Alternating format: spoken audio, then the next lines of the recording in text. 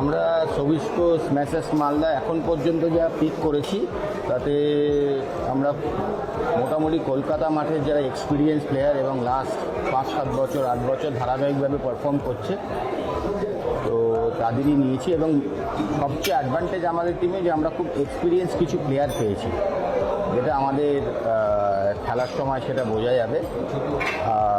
Specially Hrithik Chatterjee, Ramesh প্রসাদ এবং সৌরভ সিং আমার মনে হয়েছে আমাদের কি প্লেয়ার হতে চলেছে।